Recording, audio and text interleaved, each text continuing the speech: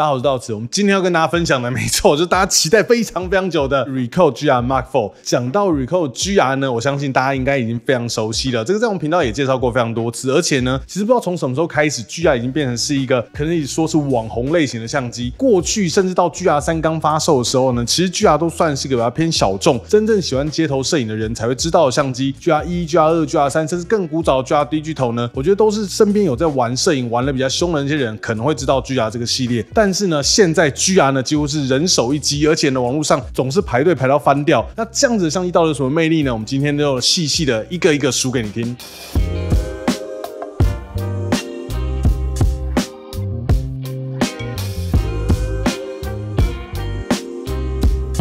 好，接着呢，我们从这一台 GR Mark IV 的内在呢一路介绍到外观哦。那它的使用全新的感光元件是2574万像素，它的 ISO 呢可以从100一路拓展到204800，还没有错。然后呢，它使用全新的电池，续航力呢有大幅提升，我相信这应该是大家最在意的一件事情。那我们经过实测呢，一颗电池我大概可以拍到接近300张的照片才需要充电，它才会显示就是全部是红色的。那当然呢，这一次呢还有几个很重要的地方，就是它的防手震也有提升，处理器也有提升。在使用防手震的时候呢，你的快门速度呢是压在1/20秒，几乎是你可以用很轻松的姿态拍摄都不会手震。那如果今天也是双手拿稳相机，好好的放慢速度拍摄，大概可以 hold 到1/8秒，成功率呢可以高达几乎100%。但再往下呢，成功率就看个人了。那因为 GR 有个好处就是你可以连续的按快门，那所以如果今天你想要用更慢的快门速度拍摄，在它的5级防手震加持下的话，可能还可以跟一下。那在处理器上面呢，它这次对焦的速度也是有提升的，那包含脸部辨识，在抓取速度上面呢，比起过去来的好很多。当然呢，你如果要是跟第一梯队相机比，我觉得还是不能够比。但是呢，我觉得以街头摄影上来说是绰绰有余的。再搭配上这一次的快捷键的操作上面更为方便，所以我觉得整体在整个操作的手感上面呢是非常好的。那我们延伸到外观来看，它的镜头呢就跟 GR3 是一样的，采用的是28mm f2.8 非常经典的 GR 焦段以及光圈。那整体的外形呢，乍看起来跟 GR3 看起来几乎是长得一样，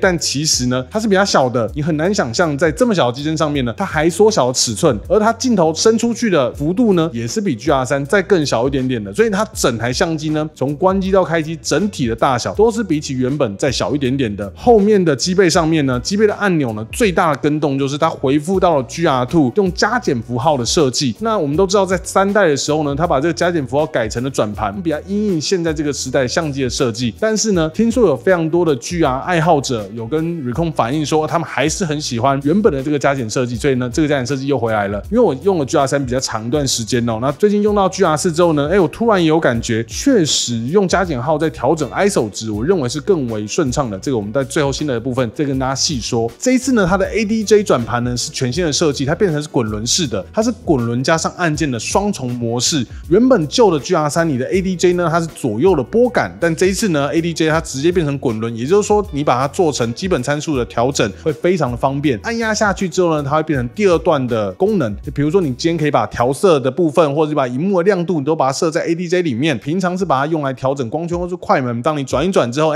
你要调整了，你压下去之后呢，可以调整第2段的功能，这点非常方便。另外呢，这一次还有一个很大的更动，就是呢，它的记忆卡改成是 micro 的 SD 哦，已经不是标准尺寸的 SD 卡，是比较小张的卡。这一点呢要特别注意一下。那这以上呢，这就是外观的部分。接着呢，这一次这一台 GR4 呢，还有一个很重要的更动，就是它新增了2种不同的电影风格的调色。接着下一部分呢，跟大家好好来聊一下这2个调色在使用上面呢，各自我有什么样的想法。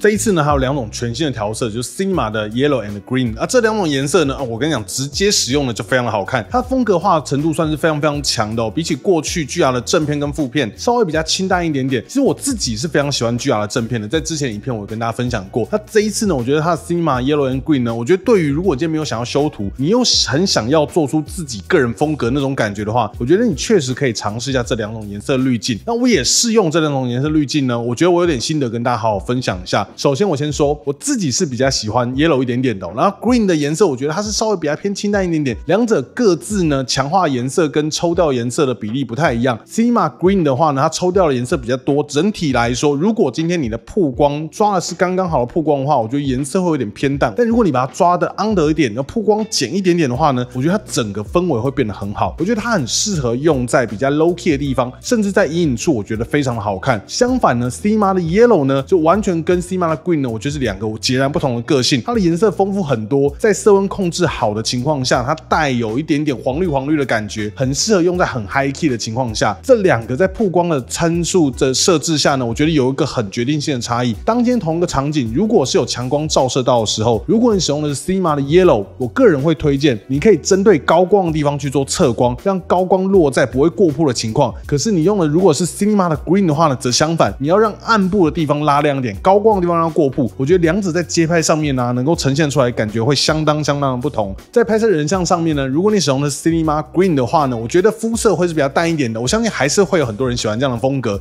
那我自己呢，还是比较喜欢 Cinema Yellow 一点点哦。当然，它的肤色可能会变比较沉，所以我觉得曝光呢要再往上加一点点。我觉得这两者在使用上面呢，你再搭配它自己有的正片跟负片，还有它的各种黑白的风格，我觉得整个搭起来呢非常的有趣。如果你之前从来没有购买过 Recon GR 的话呢，我也很推荐你可以尝试一下它的黑白效果，尤其是那个非常强烈带有浓深山大道风格的那个黑白效果呢，在拍摄一些高反差的场景下，那个效果真的是非常的好。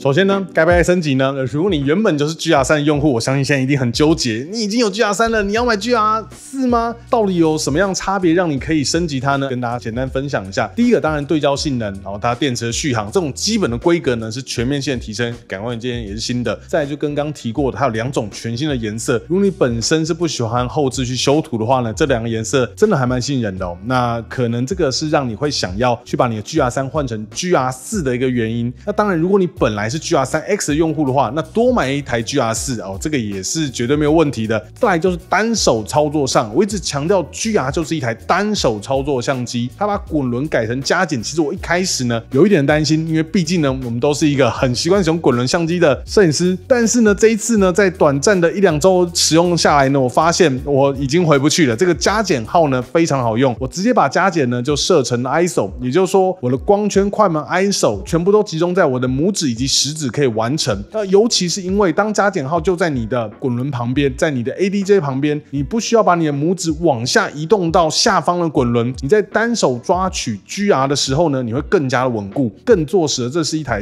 绝对可以单手使用的相机。如果你害怕的话呢，再绑个腕带，我觉得用起来呢会非常的顺手。所以我认为，如果你本身是 GR3 的用户的话，这一次这台相机呢，我觉得它是真的有感的升级，无论是在影像的表现上，或者在这些操作实体的以及按键、快捷键的设置上呢，我觉得都更加的好用。那如果你本身不是 GR 的用户，那 GR4 值不值得你购买呢？那我也会告诉你，如果你从来没有用过 GR 的话呢，那 GR4 绝对是你踏入 GR 的第一台最适合的相机。首先有几个点，如果今天你喜欢一台狗态相机，你已经有了一台比较大型的相机，无论是哪一家的相机比较大台的，你可能有时候带去上班，你会觉得上班下班已经这么累了，还要背一台相机，那么你缺的就是这一台你可以随身带出去的相机。它这么小，同时带有非常优秀的影像品质，在鱼与熊掌你都要的情况下，那么 GR 呢绝对是一个你随身的良伴。现在这个时间点推出的新相机里面，能够真正意义上称为口袋机的，基本上就只有 GR。我们扣掉那种超级小型的玩具相机不算，这台相机呢，它有几个重要重点，就是第一个，它的镜头是可以收进去的，它是伸缩式的镜头，所以当它今天收纳的时候呢，它的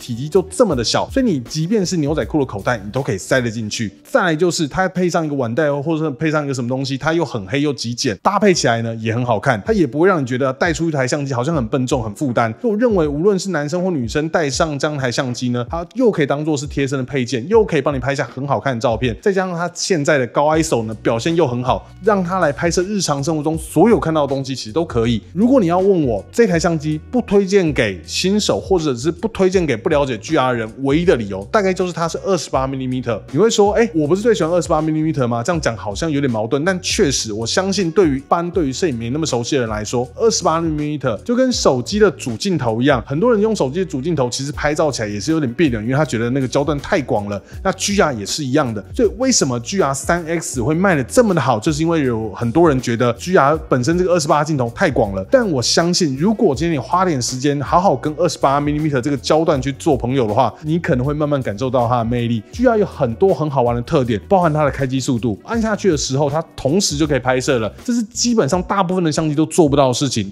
你现在可以打开你自己手边的相机，打开开机之后，大概都要个1秒钟、2秒钟，它才会进行到你可以按下快门的状态。可是 GR 呢，就是你按下电源之后呢，你就可以按快门了，几乎在一个瞬间。同时 GR 还有一个很棒的快拍功能，当你今天没有要对焦，你直接强迫压下你的快门钮的时候呢，你可以预先设定好要在几公尺的距离对焦。比如说我设在2公尺，是我习惯街拍路上路人的距离，那么我设定成2公尺之后呢，我在不任何对焦的情况下，我用力按下我的快门钮，它自动就会在2公尺的位置进行对焦。这是身为一台经典街拍相机而其他相机所没有的一个特殊功能。所以如果今天你也很喜欢在街上走走，随意拍一点照片，你不想要错过身边的那些点点滴滴的话，那我认为 GR4 确实是今年最强的随身相机，没有之一。那以上分享给大家，如果今天你对这台相机还有什么其他问题，或者是你还有任何不清楚的地方，都欢迎在下方留言跟我们讨论。那如果你已经是 GR3 的用户，你会不会考虑换成 GR4 呢？也欢迎在下方留言跟我们分享。如果你对于 GR4 的规格或有任何的看法的话呢，